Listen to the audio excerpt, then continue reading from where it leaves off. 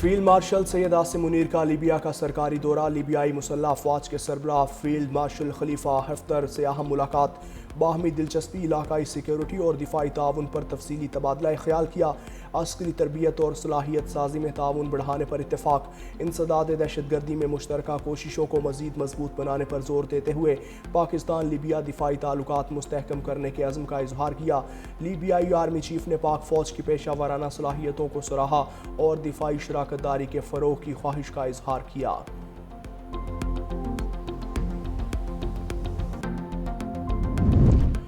دریائے چناب پر بھارتی آبی جارحیت جاری ہے۔ سینتاس معاہدے کی خلاف ورزی ہو رہی ہے۔ بغیر نوٹس پانی چھوڑنے پر پاکستان کو شدید تشویش ہے۔ ترجمان دفتر خارجہ طاہر اندرابی کی ہفتہ وار میڈیا بریفنگ۔ کہا بھارت میں اقلیتوں کے حقوق کا تحفظ کیا جائے۔ خاتون ڈاکٹر کا حجاب اتارنے کے واقعے کی بھی مذمت۔ ترجمان دفتر خارجہ سے اسرائیلی جارحیت کی شدید مذمت کی۔ سڈنی بیچ اور سوڈان میں حملوں کی مذمت کرتے ہوئے کہا عالمی امن اور انسانی حقوق کے تحفظ کے لیے پاکستان کا موقف واضح ہے۔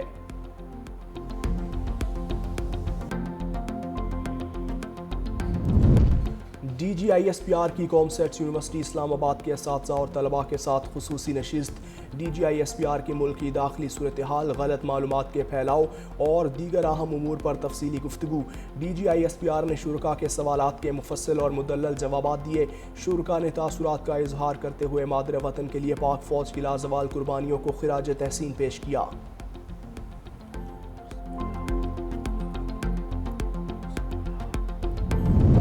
اڈیالہ جیل کے باہر دھرنا دینے پر بانی پی ٹی آئی کی بہن علیمہ خانم سمیت 400 کارکنان کے خلاف مقدمہ درج۔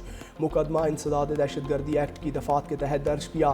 علیمہ خانم، نورین نیازی، قاسم خان، سلمان اکرم راجہ اور عالیہ حمزہ بھی نامزد۔ نعیم حیدر پنجوتھا، تابش فاروق، طیبہ راجہ، نادیہ خٹک، ہارون راجہ، اسد عباس، ظفر گوندل، شفقت عباس اور علامہ راجہ ناصر عباس کے نام بھی شامل۔ مقدمے میں ریاست پر حملے کی مجرمانہ سازش کی منصوبہ بندی کی دفعہ 120 بھی شامل۔ انسداد دہشت گردی عدالت اسلام آباد نے وزیر اعلیٰ خیبر پختونخوا سہیل آفریدی اور دیگر ملزمان کے خلاف اشتہاری قرار دینے کی کارروائی شروع کر دی۔ عدالت کے حکم پر مختلف مقامات اور جوڈیشل کمپلیکس میں طلبی کے نوٹسز آویزاں کر دیے۔ نوٹسز میں سہیل آفریدی سمیت دیگر ملزمان کو عدالت میں پیش ہونے کی ہدایت۔ نوٹسز کے مطابق ملزم عدالتی احکامات کی تعمیل نہیں کر رہے یا روپوش ہیں۔ عدالت نے پیشی کے لیے آخری موقع دیتے ہوئے خبردار کیا عدم حاضری کی صورت میں قانونی کارروائی کی جائے گی۔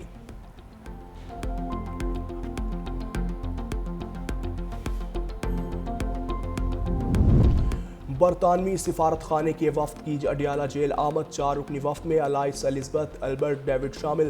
شاہد حسین اور سنینا اظہر بھی برطانوی سفارت خانے کے وفد کا حصہ۔ جیل ذرائع کے مطابق برطانوی سفارت خانے کا وفد کونسل رسائی کے لیے اڈیالہ جیل پہنچا۔ برطانوی شہری عاقل خان اڈیالہ جیل میں قید ہے۔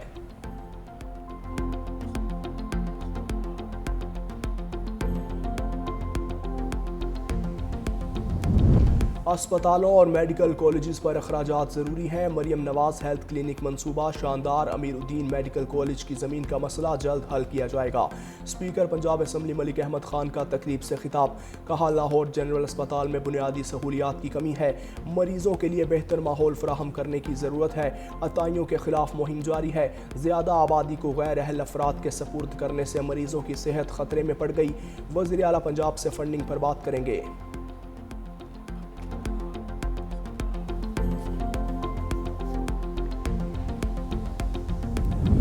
اور وفاقی نظام تعلیم کے تحت موسم سرما کی تعطیلات کا اعلان کر دیا گیا۔ ماڈل سکولز اور کالجز 26 دسمبر سے 3 جنوری تک بند رہیں گے۔ وفاقی نظام تعلیم کے زیر انتظام چلنے والے تعلیمی سرگرمیاں 5 جنوری سے دوبارہ شروع ہوں گی۔ 10 جنوری بروز ہفتہ عملے کے لیے ورکنگ ڈے قرار دیا گیا۔ تعطیلات کا نوٹیفیکیشن ڈائریکٹوریٹ آف ایجوکیشن نے جاری کر دیا۔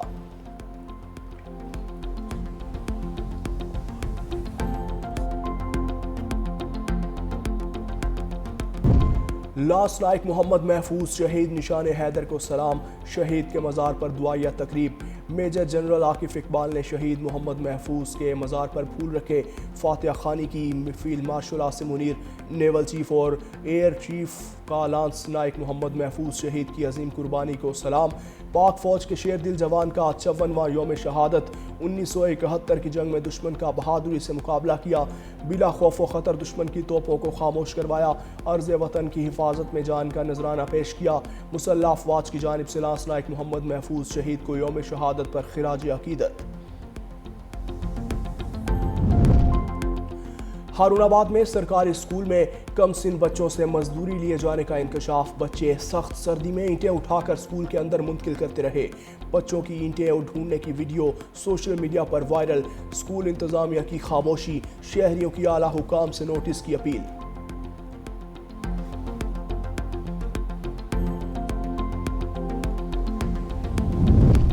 امریکہ اور وینزویلا میں تعلقات شدید کشیدہ۔ امریکی صدر ڈونلڈ ٹرمپ نے وینزویلا کے تیل بردار جہازوں کی ناکہ بندی کا حکم دے دیا۔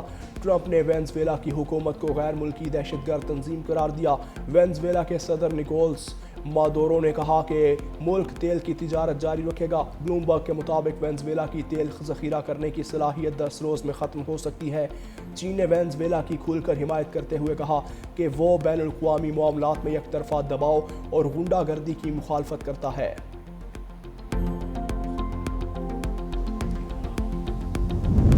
امریکی سینٹ نے ملک کی تاریخ کا سب سے بڑا دفاعی بل منظور کر لیا۔ $901 ارب بجٹ میں اسرائیل کے دفاعی پروگرامز کے لیے فنڈز مختص کرنے کی منظوری۔ دفاعی بجٹ بل کی منظوری دی ہے۔ سینٹ میں بل کے حق میں 77 جبکہ مخالفت میں 20 ووٹ آئے۔ منظوری کے بعد دفاعی بل دستخط کے لیے صدر ڈونلڈ ٹرمپ کو ارسال کر دیا۔ منظور شدہ دفاعی بجٹ میں امریکی فوجیوں کی تنخواہوں میں اضافہ اور رہائشی سہولیات میں بہتری کے منصوبے شامل ہیں۔ بل میں یوکرین کے لیے آئندہ 2 سال کے دوران $800 ملین کی فوجی امداد کی فراہمی بھی شامل کی گئی ہے۔ بھارتی مداخلت پر بنگلہ دیش کا سخت موقف۔ مودی سرکار کو کھلا چیلنج۔ قاتلوں کی سرپرستی اور داخلی معاملات میں مداخلت ناقابل برداشت ہے۔ ڈھاکہ میں مودی کا پتلا نظر آتش۔ بنگلہ دیشی رہنما حسنات عبداللہ نے بھارت کو 2 ٹوک الفاظ میں وارننگ دے دی۔ کہا خود مختاری پامال ہوئی تو سخت جواب دیں گے اور عدم استحکام کی صورت میں مزاحمت بھارت کی شمال مشرقی ریاستوں تک پھیل جائے گی۔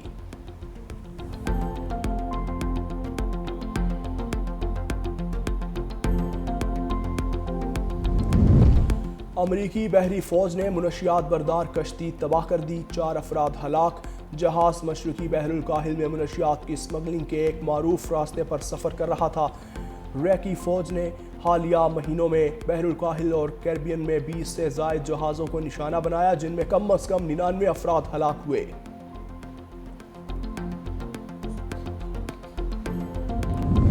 ایکواڈور کے معروف فٹ بالر ماریو کو بیوی سمیت فائرنگ کر کے قتل کر دیا گیا ہے۔ موٹر سائیکلوں پر سوار 2 مشتبہ افراد نے قصاب کی دکان کے اندر فائرنگ کی۔ حملے میں پینیڈا کی والدہ بھی زخمی ہوئی۔ مشتبہ افراد موقع سے فرار ہو گئے۔ پولیس نے واقعے کی تحقیقات شروع کر دی ہیں۔